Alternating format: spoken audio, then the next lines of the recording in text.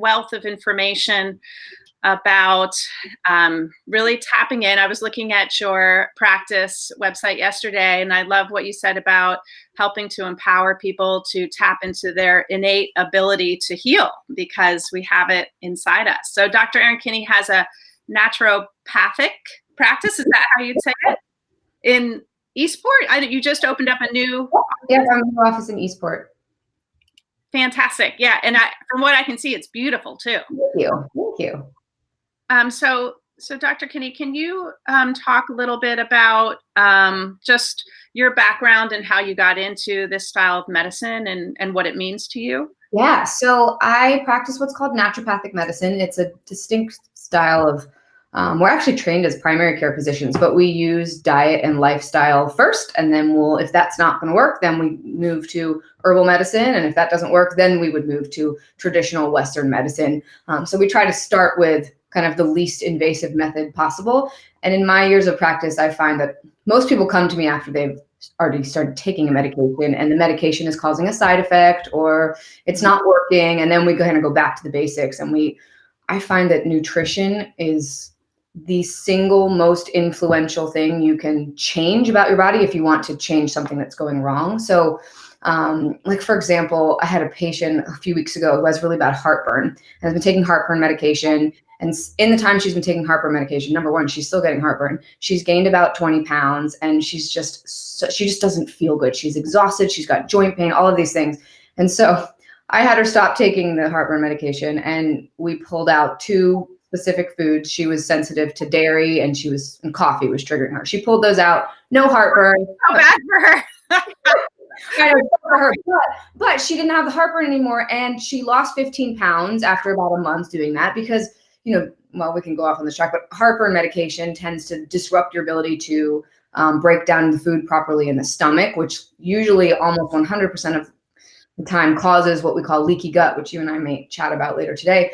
But so anyway, so going back and just removing one food group was the answer to her problem. So if she was like so mad, she's like, man, if someone had told me this 10 years ago, I would have saved all this time. So diet and nutrition is hugely important. And with everything that's going on right now, there are so many things you can do in your kitchen that can actually help boost your immunity, help prevent you from getting sick, or get you better faster if you do get sick from whatever, whether it's a regular cold or you do happen to get coronavirus. There's lots of things you can do in your own kitchen. So you might not even need to be spending extra money on supplements or so nutrition is a huge part of what I do.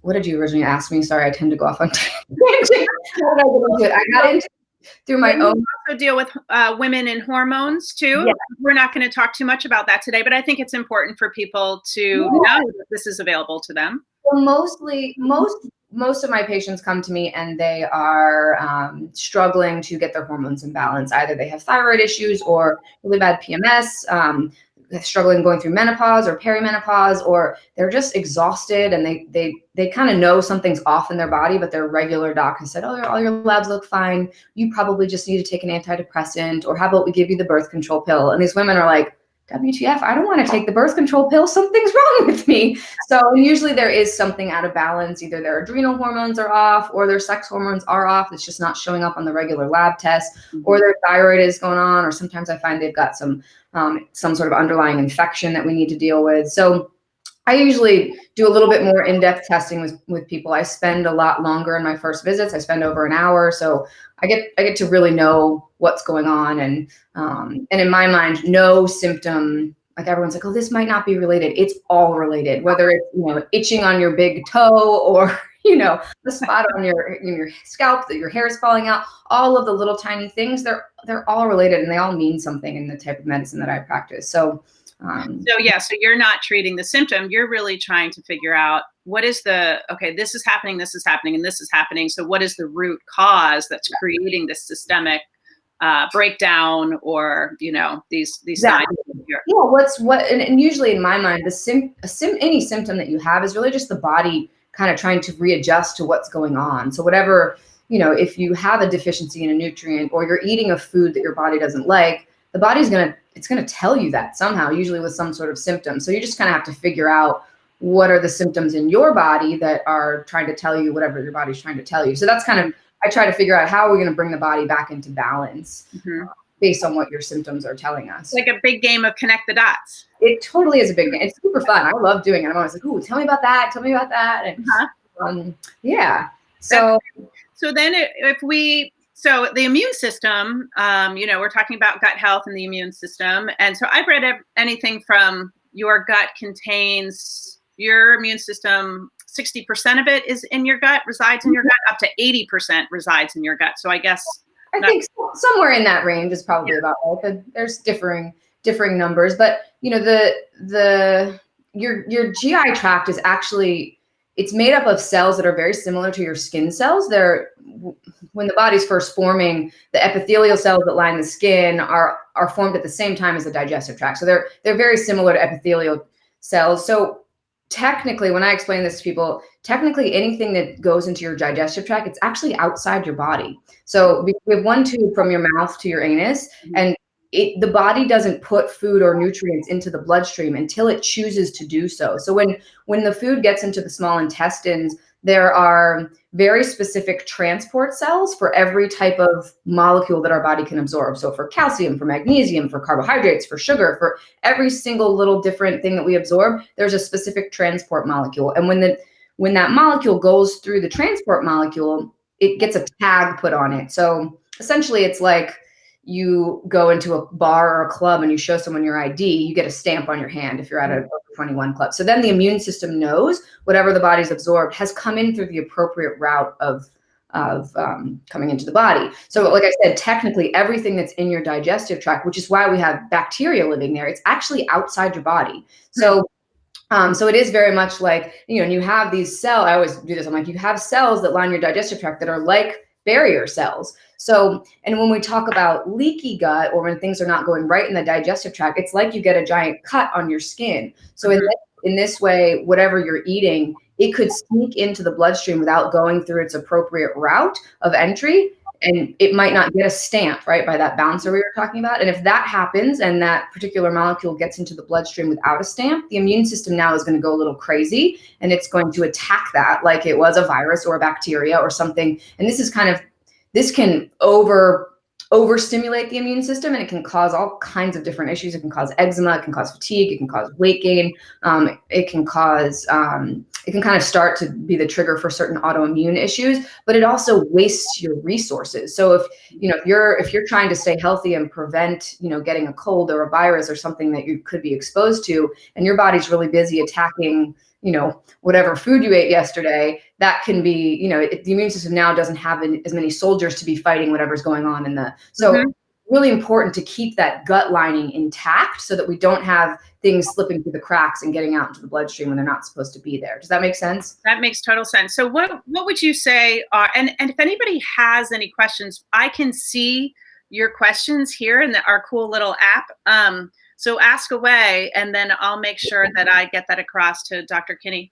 What would you say then are maybe the 5 worst offenders to our gut microbiome that create gut? When I'm explaining, so I have a big whiteboard in my office and I'm usually drawing pictures. And so typically the top 5 causes for kind of leaky gut or affecting the gut are, number 1, stress. Mm-hmm. And the reason for this is when you're in fight, flight, or stress mode, all of your blood flow goes to your arms and your legs, meaning blood flow is going to leave digestion. So, and digestion essentially gets turned off when you're in fight, flight mode, when you're stressed out. So that means you're not going to be making hydrochloric acid. You're not going to be making digestive enzymes.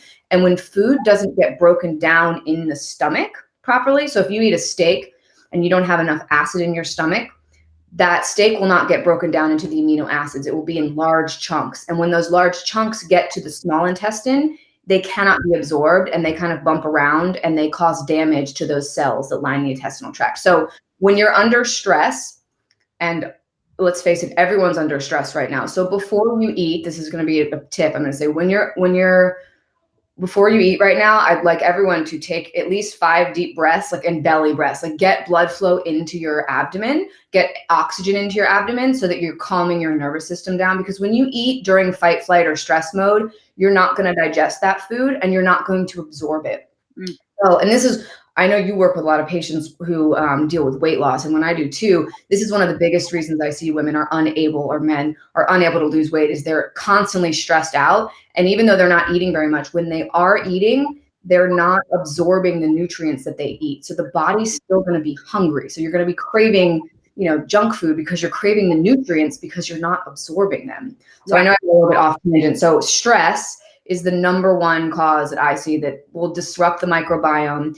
The other way it disrupts the microbiome is when we're stressed, our pH changes. So typically the body's pH runs at about 7.4, which is, so that's what the blood pH should be. And that's typically what the pH in the digestive tract will be. When we get stressed, the pH tends to get a little bit more acidic. And that's also, it goes back to the digestive system. When you're making hydrochloric acid in the stomach, you kick out what's called bicarb, which is H2CO3, and that's actually what brings the pH down in the body. So we want the stomach to be really acidic, and we want the rest of the body to be really alkaline, or that 7.4 pH. But if you turn off digestion and we're not making hydrochloric acid, you stop making bicarb, which will actually make the pH in the body more acidic. So it essentially lowers the pH. And when we change the pH in the digestive tract, bad guy bugs can grow. So, and then we can I treat a lot of what we call dysbiosis, or SIBO, small intestinal bacterial overgrowth, or yeast overgrowth, or anything that's overgrowing in the bacteria that shouldn't be there. And that's usually, I find, because the pH is off in the digestive tract. And there are tests we can do to tell for that. But typically if someone's like, I'm under a lot of stress and I'm having these digestive symptoms, I'm like, well, we need to reduce the stress. So that was a big answer, but stress is the number one and probably the biggest thing that causes stuff going off in the gut, which then affects your immunity. It affects a lot of different things. Number two is dehydration. Okay. And this is and dehydration can be caused by many different things. It can be, one, caused by not drinking enough water. Two, it can be caused by certain medications. And the biggest one I see is actually a lot of allergy medications, like Zyrtec and Benadryl, and the things that we take to reduce allergies actually dehydrate you at a cellular level. So when you think about when you take Benadryl, it's dry. You take it because you want to dry up all the mucus. It does that by literally dehydrating you. So it's going to do that in your mucous membranes in your nose, but it will also do that in the cells that line the digestive tract. So when I draw pictures, or when we think about the cells that line the digestive tract, this is one cell and this is another, you want the cells to be very close together. And we call this tight junction function, meaning that nothing inside the digestive tract can get into the bloodstream unless it goes through that transport protein, which I explained earlier. But when we dehydrate cells, basically the cells they shrivel up, right? If you think about when you get really dehydrated and your hands can start cracking, and some people, it gets really bad and they get actual like cuts in their hands, that can happen in the digestive tract. So the cells shrivel, and now we have spaces between the cells where those food molecules or particles can leak out into the bloodstream. So dehydration can directly affect those cells that line the gut. So I've never heard that before. That is just, and on a personal level, my son has acid reflux, and his doctors at Johns Hopkins have him on a prescription, acid, suppressant. And then he also takes allergy medication, and he's lactose intolerant. So it is a perfect storm. He is going to come see you right away. I don't people call me and say they have acid reflux, and I'm usually like, oh, please come in, because usually acid reflux cases, they get better like 2 visits and they're done. They're out of here. And it saves you so much time and money in the long run, because those meds, and I cannot stress this enough, if you're on Zyrtec or Benadryl and if you have any sort of health issue, I strongly encourage you to find another alternative. They're okay to use every now and then if you're really stuffy and you can't function, but long-term use of those meds will give you leaky gut, like hands down every time. And leaky gut will cause all kinds of problems. And in the current state of what's going on, you want your gut function to be working well, because that, like we've been talking, that's where your immunity. So number one, stress. Number two, dehydration. Number three is some of these medications that we're talking about. So Benadryl and Zyrtec kind of go in with the dehydration, but antibiotics are another one of the big medication category, that and the acid reflux meds, because those meds that suppress acid, again, if you don't have acid production in your stomach, you're not going to break down the food in your stomach. And when it doesn't get broken down in the stomach, it's going to sneak, those big molecules will get into the small intestine and they don't get absorbed. So the really interesting thing, since you chatted about acid reflux, and I'll just touch on this, the interesting thing about acid reflux is that, we all think that it's caused by too much stomach acid. It's actually not that. It's caused by the acid being in the wrong place. So the stomach is supposed to have a pH of about 2, which is really acidic. And like I said, the rest of the body has a pH of about 7.4. The sphincter at the top of the stomach is partially controlled by the acidity level of the stomach. So typically when someone's acid levels aren't high enough, so if you're, and pH is kind of backwards. So when pH goes up, that means acidity is going down. So if your pH goes up to say 2.5 or 3, which is still very acidic, but it's not as acidic as the stomach should be, that sphincter will actually open up and that acid will come up into into the esophagus. It will burn it because it's still acidic, but it's not. So when I treat acid reflux, I typically actually give people acid, which sounds totally backwards, but when you make the stomach more acidic, that sphincter will close and the body can digest better. And unless there's stomach ulcers or there's a couple other pathologies that you need to be on acid meds, but 90% of the time that's not the case. And anyways, just for anyone who's on acid reflux meds who's watching, you don't have to take those. There's other options. So I think I was chatting. What kind of acid do you like? Apple cider vinegar, like doing a shot of that? Sometimes, but I usually will recommend a digestive enzyme that has it's called betaine hydrochloric acid. So it literally is hydrochloric acid. And you take it at small doses before a meal, and it helps the body. It helps, and you don't do it for a very long period of time. You do it for maybe a month or two. Because when you come off those acid reflux meds, sometimes you can have reflux kick up until we kind of get the system re-equilibrated. So anyways, a little side note. Thank you. So we have stress, dehydration, antibiotics. Antibiotics. So the reason antibiotics cause such an issue is because most of you guys, I'm assuming most everyone knows that antibiotics, they kill bacteria, right? Which is good. And if you have some sort of bacterial infection, it's, taking an antibiotic, thank God they exist. But what they will also do is they will kill off all the good flora in the digestive tract. One of the main roles, the reason we have bacteria living in our digestive tract is they actually make the food that feeds those cells, the epithelial cells that line the digestive tract. So there's certain things, most of them are called medium chain triglycerides. There's something called butyric acid, and there's a bunch of different like short little fatty acids that we don't actually make ourselves. They're made by those gut bacteria. So when you take an antibiotic and you kill off all the good flora, you're basically depriving your cells of the food supply that they need to keep healthy, right? So that's actually that will cause over time those cells to shrivel up again, and it can trigger leaky gut. And I see a comment. Yeah, there is, and there are a lot of people that tend to overuse antibiotics. Antibiotics have a very important time and place, but taking them all the time can kind of put you more at risk for lowering your immunity. So it's using discernment when you're going to take antibiotics. Take them only when they're really important. And so let's see, those are the three big ones that I see causing. About food-related sources. So, so anytime you've got a food sensitivity, and usually the two biggest food contributors that I see are gluten and dairy, which a lot of people don't want to hear that, but dairy, the human body wasn't really designed to digest dairy molecules.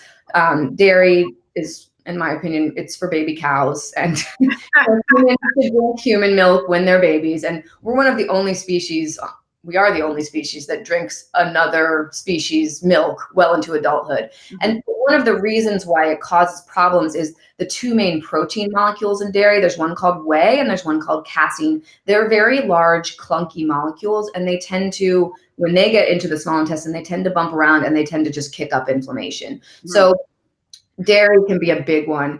Gluten, I think, gluten causes a lot of problems for a lot of people these days. I think it's more to do with the pesticides that's sprayed on gluten. Pesticides are poison. They're going to go into all parts of your body. But those two are the biggest foods that I see when people pull them out, they feel a lot better and it can allow the gut to heal. So what I always like to explain to my patients is that people are like, oh my gosh, I have leaky gut. I've destroyed my gut. I'm never going to get better. Just like, if you were to get a scrape on your skin, if you leave that scrape alone, your body's pretty awesome at healing those cells, right? The same thing with your gut. If if you have leaky gut, if you continue to eat the foods that are aggravating you, or to take the meds, or do whatever got you there in the first place, it's going to be harder for your body to heal. But if you can reduce your stress, if you can get off any medications, if you can hydrate, if you can eat the foods that aren't going to irritate your gut will heal really quick. So the nice thing about those epithelial cells is they're healed there's rapid turnover with our skin cells and our digestive tract. So we're constantly making new cells. So you just have to give the body the conditions in order to heal. But as long as that happens, it'll heal quickly. That's great, because it's, when you kind of like go through this, you're like, oh my gosh, what am I going to do? Like all is lost, but it's not. It really is a shift of just how you treat your symptoms. And then diet is huge. Like diet is huge. Does movement have any play into the immune system that?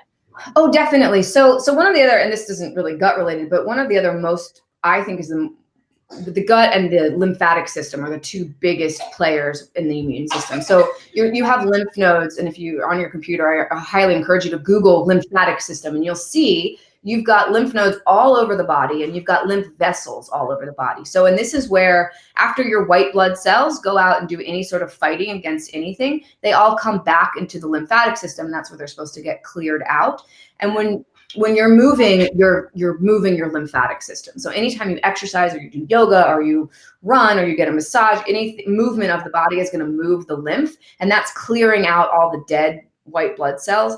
I always explain my theory on allergies is that if you have, especially up here, if your lymph nodes or your lymph system is stagnant, and let's say that you breathe in some pollen, your immune system, for whatever reason, is sensitive to pollen. So the white blood cells will go start attacking it. And that's why you get all the symptoms. You get itchy eyes, you get all the mucus stuff. Those white blood cells, after they've kind of gone to battle against the pollen, they're supposed to go back into the lymph nodes to get cleared out. But if there's nowhere for them to go, meaning if the drainage isn't working properly, those white blood cells go and they kind of get stuck in a lymph node. It's like think about men that go off to battle. They go off to battle and then they come back. If you put them all in a room together, they're angry. They're like all hyped up. They will start to riot. And if they can't get drained out, they'll go back out and they'll start attacking more. So if the lymph system isn't moving properly, it can actually trigger the immune system to go into a hyperactivity system and to start attacking whatever it might find. So it's really important. So this is why exercise helps a lot of people. Anything that helps move the lymphatic system. So lymphatic massage. I really like yoga because any sort of like stretching, or, and a lot of us, if we're sitting at computers and we're kind of hunched over, we're keeping these lymph nodes and this part of the lymphatic system from draining. So when you're sitting here and you're staring at your cell phone all the time, or you're laying in bed and you're not moving, you're inhibiting flow of the lymphatic system. That's fascinating. So on another personal note, I've noticed since I've been really like around 42 there's cystic kind of acne that creeps here. Yep.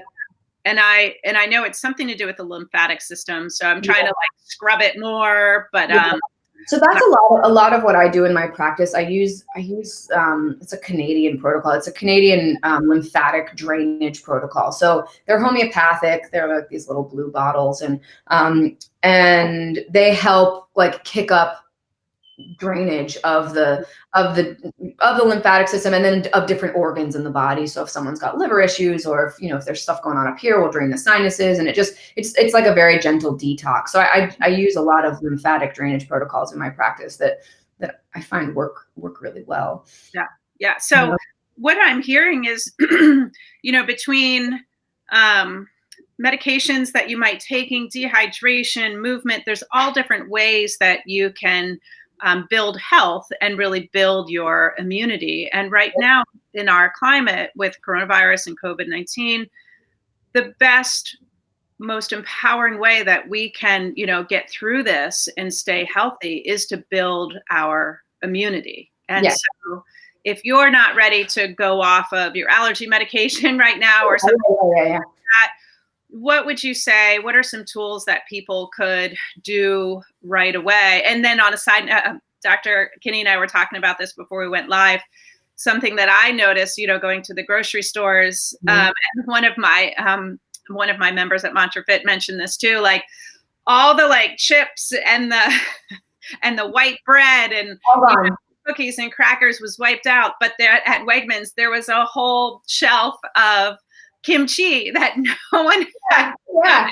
Well, so, and I've been noticing that like there's so much fresh produce. So, I mean, I usually recommend to patients, if you want to start like changing your diet and like in a simple way, try to only shop in the periphery of the grocery store. So only buy the, fresh fruits and veggies, like milk and dairy. Well, dairy sounds big, but stuff that's around, because on all the aisles is all the packaged, processed stuff. So if you can buy mostly stuff that's, fruits and veggies and protein, that's really what we should be eating.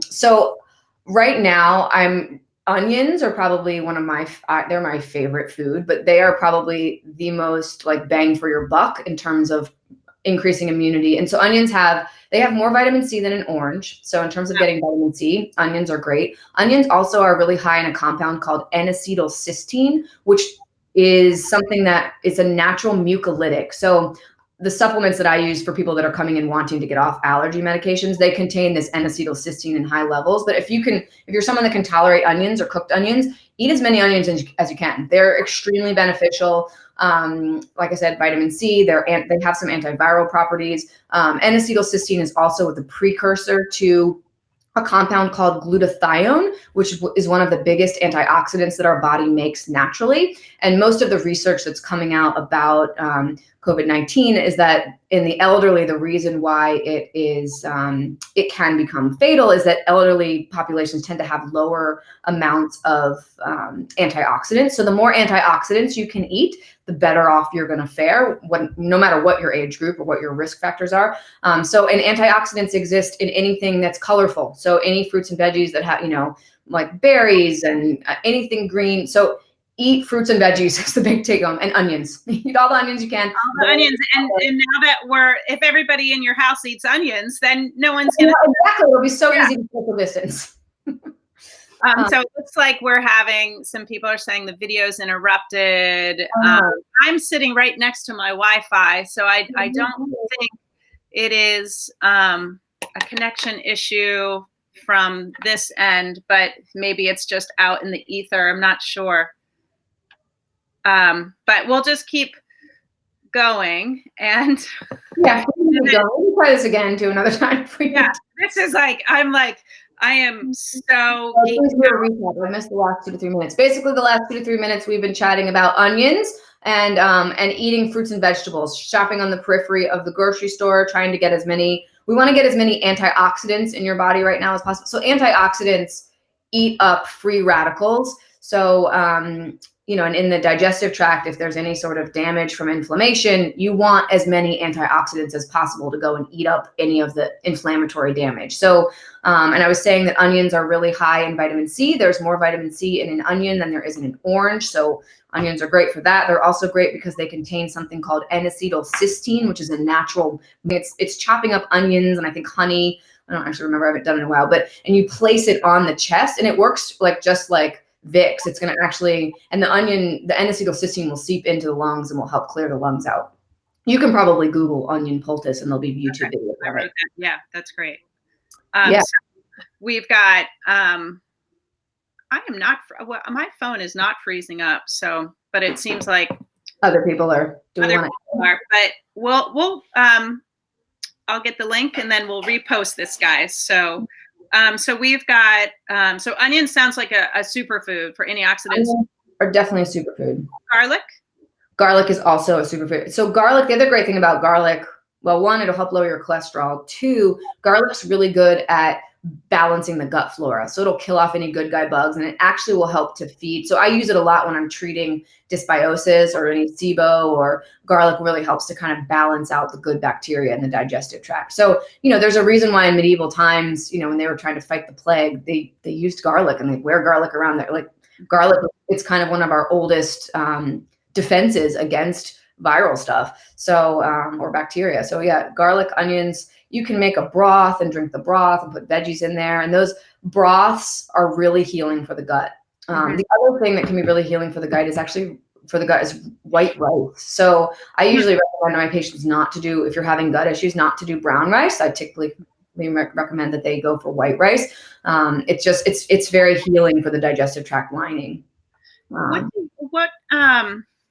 What information do you have for everybody about resistant starch? So in that same vein, cooking potatoes, cooling potatoes, helping that create that butyrate. What do you mean by resistant starch? So resistant starch, when you cook a white potato and then cool it, the starch turns resistant. And then and then you can eat the potatoes cool, like potato salad, or you can heat it up, not too hot, but you can rewarm it. But then when you eat it, it turns into a prebiotic. So the good bugs will eat up that. Yeah, I'm not super familiar with that. That sounds like a very good thing to do. I don't understand that. So and I've heard that with white rice too. So if cook white rice, then cool it, and so I guess kind of like sushi, not like steaming hot.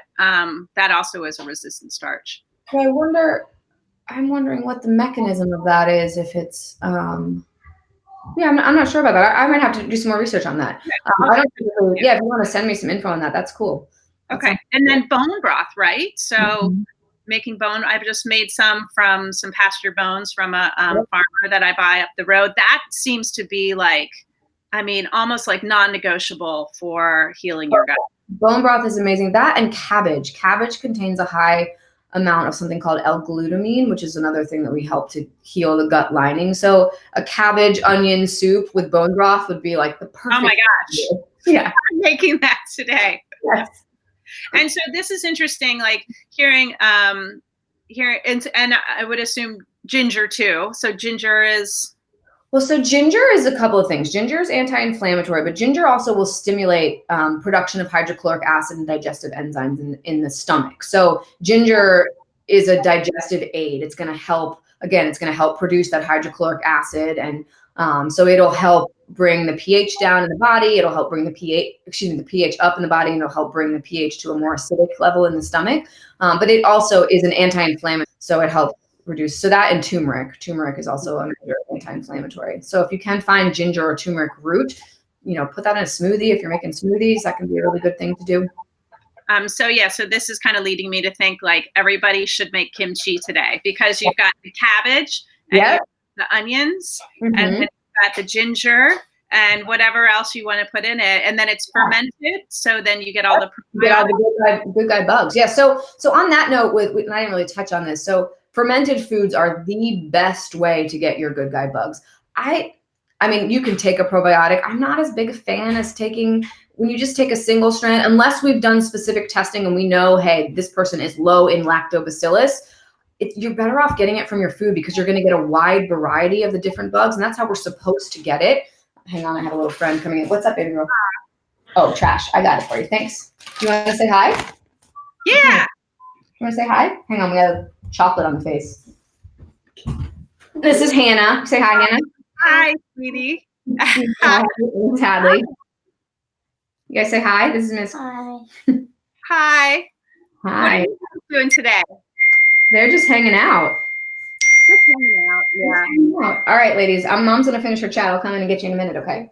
They're like, Mom, you've talked long enough.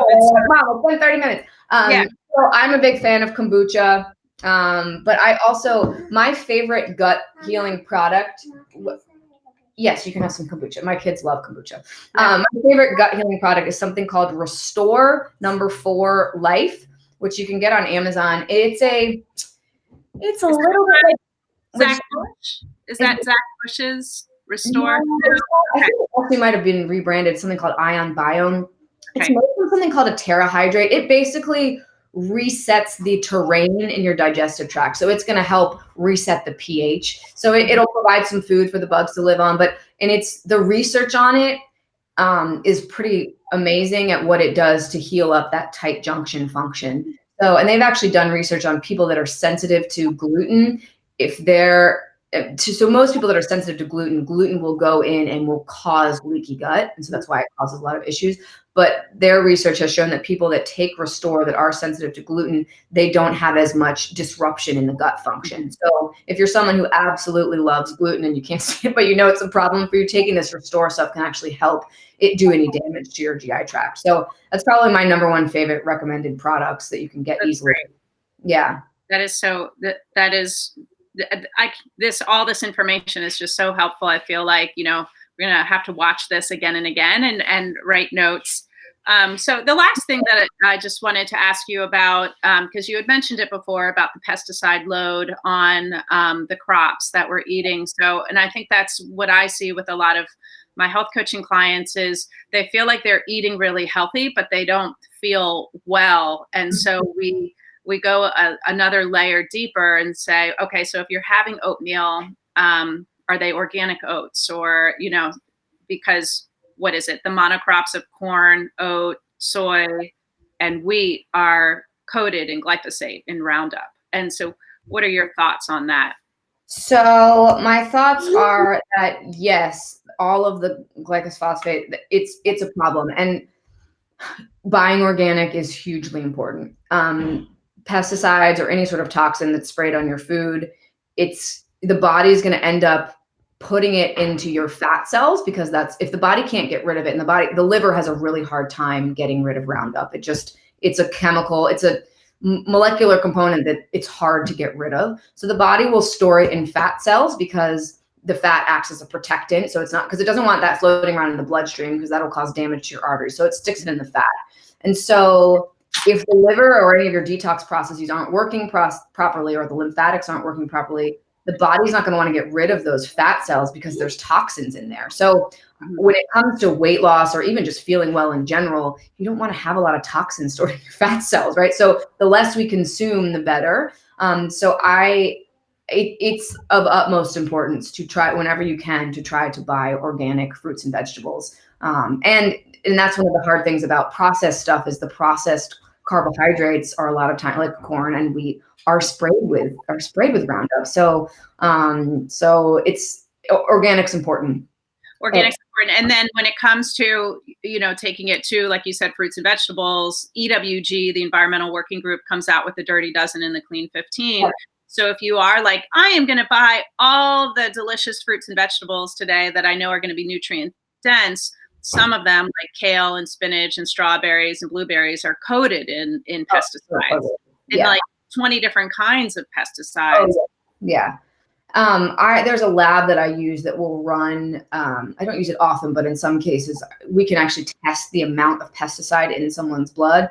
And the times that I've run that test, I've been astounded at, these are people that are having neurological dysfunction and major health issues, and all their tests, no one can figure out what's wrong with them. And I run this test and I'm like, well, here's what's wrong with you. Your pesticide level is so high that it's affecting your nerves. It's affecting your nervous system. And that's what will happen, is those toxins will eventually, they'll get into your brain, and they can cause all kinds of issues. So really, and for your kids, it is so important to feed your kids organic fruits and vegetables. My 4-year-old, when she was a baby, we used to do taste. She wouldn't touch anything that had pesticides on it. She still, if it's not organic, she won't eat it.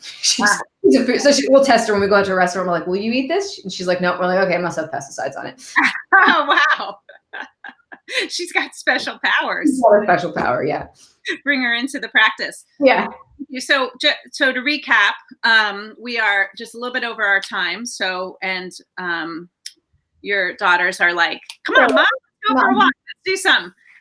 So just to recap quickly, in order to really build your immunity in times like this, I mean, that's the most important thing that you can do right now. Instead of going into fight or flight and stress, what can I do to empower my health and build my health?